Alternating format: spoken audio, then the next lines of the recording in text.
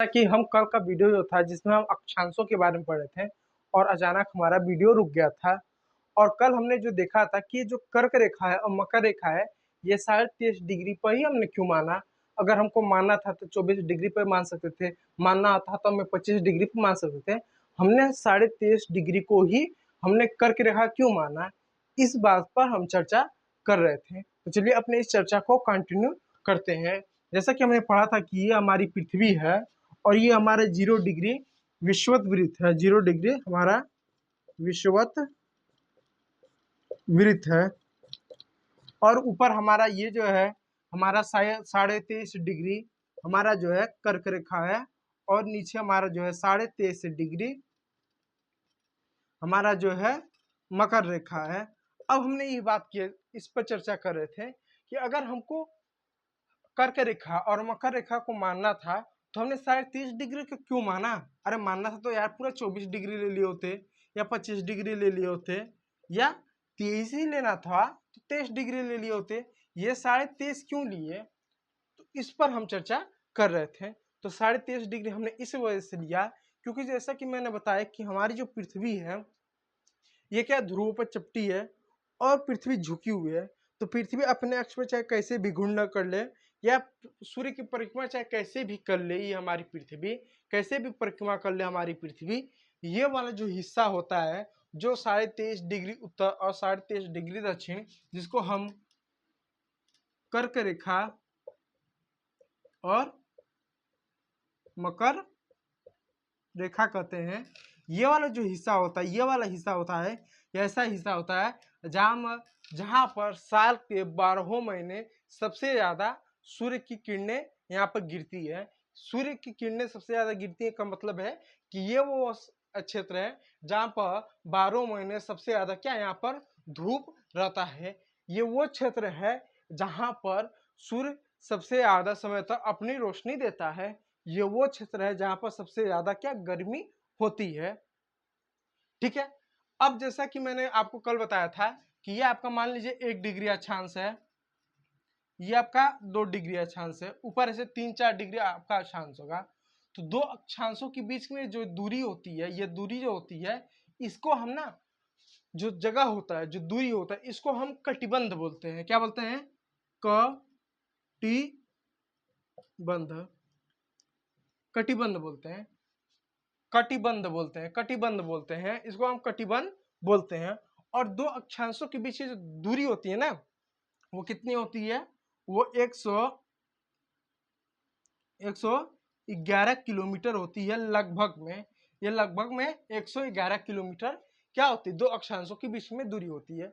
और जो कि पृथ्वी झुकी हुई है, पृथ्वी सूर्य के चारों ओर ऐसा परिक्रमा करती है, तो ये वाला जो हिस्सा होता है 23.5 डिग्री उत्तर में और 23.5 डिग्री दक्षिण में, ये वो क्षेत्र होता है जहां पर सूर्य सबसे ज्यादा 12 महीने में धूप आता है। यहाँ पर जो रोशनी पड़ती है वो सीधी पड़ती है, सीधी रोशनी पड़ती है और सबसे ज्यादा धूप होता है। लेकिन अगर हम 23.5 डिग्री से जैसे हम 24 डिग्री पाएंगे, जो कि 2 डिग्रियों के बीच की जो दूरी होती है वो कितनी होती है? वो कितनी होती है? 111 किलोमीटर। अगर आप अक्षांश को समझने में परेशानी हो रहा है तो मैं ऐसा समझाओ, ये आपकी क्या पृथ्वी है, ये 0 डिग्री है, 1 डिग्री है, 2 डिग्री है, 3 डिग्री है, 4 डिग्री, ऐसे करते करते कई सारी डिग्री है ना।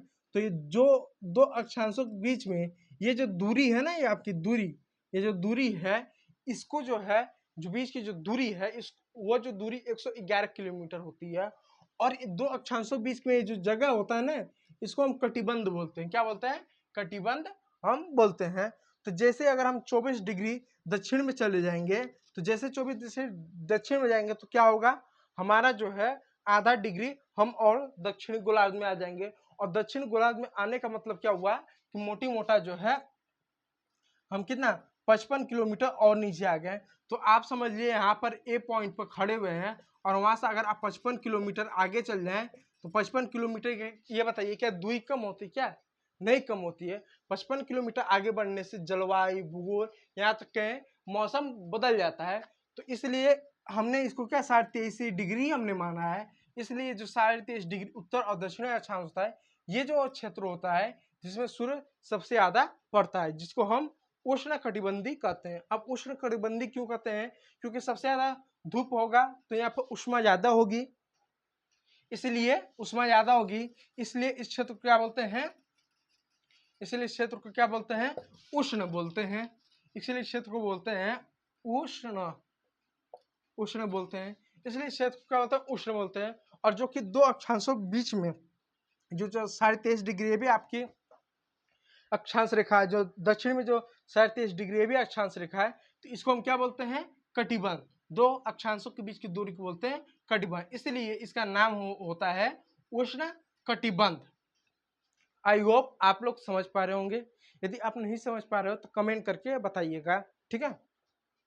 तो ये रहा कर्क रेखा, ये रहा हमारा मकर रेखा। यदि आप स्क्रीनशॉट लेना चाहते हैं तो आप स्क्रीनशॉट ले लीजिएगा, ठीक है। और कोई चीज ना समझ आए तो भी आप हमें जो है कमेंट करके आप बताते चलिएगा। अब चलिए मैं इसको इरेज कर देता हूं।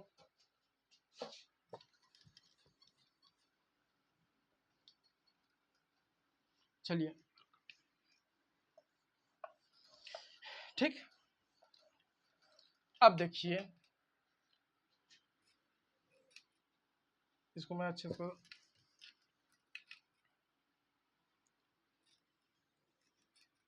ये क्या है? ये हमारी जो पृथ्वी है, ये क्या है? ये हमारी पृथ्वी है। तो ये 0 डिग्री क्या है? हमारा जो है क्या है? विषुवत वृत्त है। मैं नाम लिखते हुए चलूंगा, विषुवत वृत्त। ये हमारा 23.5 डिग्री क्या है?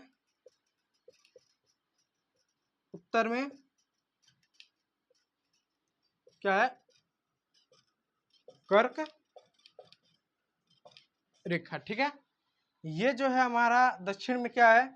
23.5 डिग्री दक्षिण में मकर रेखा। आप इसको नोट करते हुए चलेंगे। फिर उसके बाद इधर जो है फिर एक रेखा और गुजरती है जो 66.5 डिग्री पे होती है, जिसको आर्कटिक वृत्त बोलते हैं। आर्कटिक, आर्कटिक रेखा बोलते हैं। फिर नीचे जो है आपकी फिर एक और रेखा गुजरती है जिसको ये भी क्या आती है? ये भी आपकी 66.5 डिग्री। अभी मैं आपको समझाऊंगा, मैं लिख रहा हूं ताकि आप लोग को नाम पता चल जाए, ठीक है। 66.5 डिग्री दक्षिण में होती है जिसको बोलते हैं आर्कटिक। ये आर्कटिक हो या अंटार्कटिक, अंटार्कटिक रेखा। अब देखिए, ये वाला जो हिस्सा था, ये हिस्सा कैसा था? जहाँ पर 12 महीने में बहुत ज्यादा धूप मिलता है। और इस वाले हिस्से को हमने क्या कहा? हमने जो है उष्ण कटिबंध, हमने क्षेत्र का कटिबंध हमने क्या कहा? क्षेत्र कह दिया। इस वाले क्षेत्र को हमने क्या? उष्ण कटिबंध क्षेत्र कर दिया।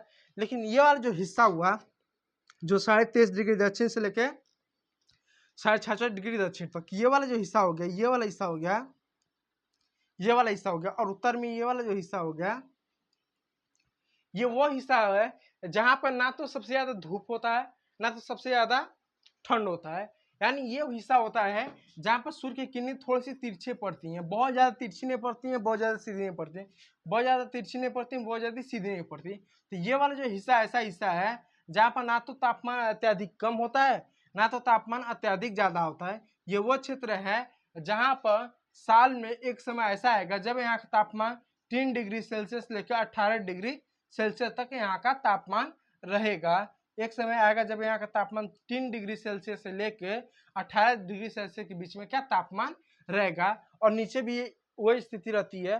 तो इस हिस्से को हम जो बोलते हैं, क्या बोलते हैं? जो कि ज्यादा ना तो ठंड रहेगा ना तो गर्मी, फिर भी 3 से 18 डिग्री तक 12 महीने में एक समय ऐसा आएगा जब 3 से लेके क्या 18 डिग्री तक सेल्सियस तक क्या तापमान रहेगा। इस वजह से इस क्षेत्र को क्या बोलते हैं? हम शीत बोलते हैं। क्या? क्योंकि शीतकाल में ये ऐसा देखने को मिलता है, शीत बोलते हैं।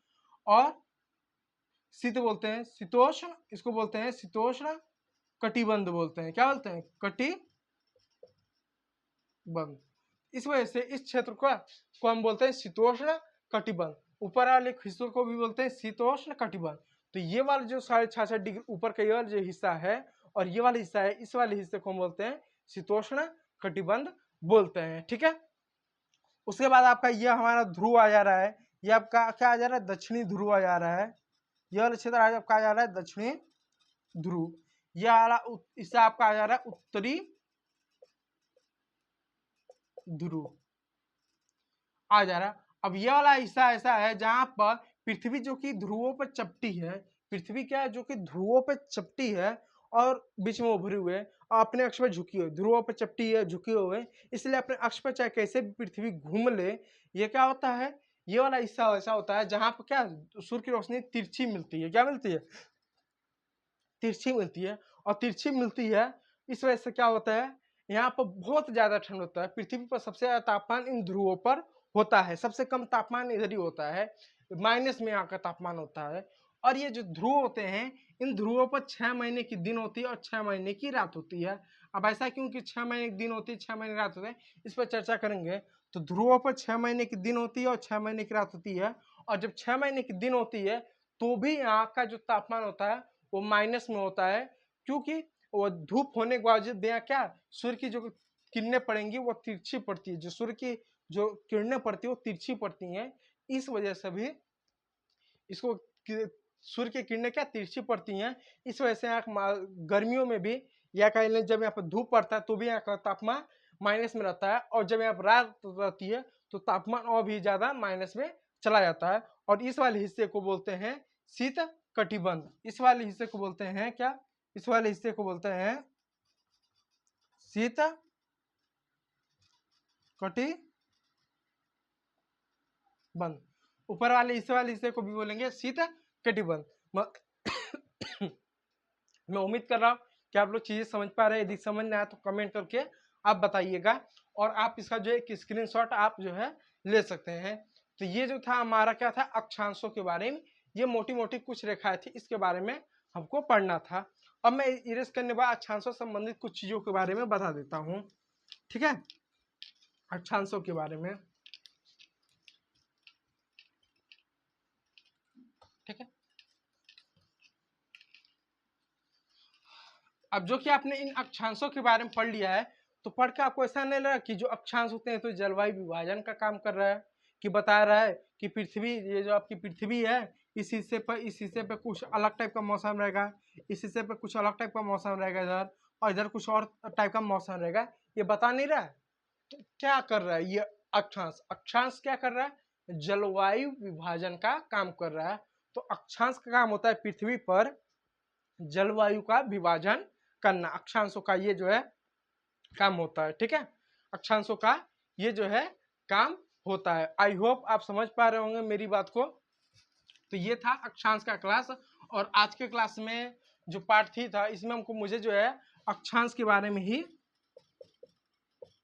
ये पढ़ाना था, क्योंकि ये जो आपका ना पार्ट 3 है, पार्ट 2 में मैंने थोड़ा सा आपके अक्षांश के बारे में और चीजों को मैंने क्या बताया था, अक्षांश के बारे में मैंने बताया था, उसमें मैंने विषुववृत्त वृत्त के बारे में मैंने चर्चा किया था, उन चीजों के बारे में मैंने जो है चर्चा किया था।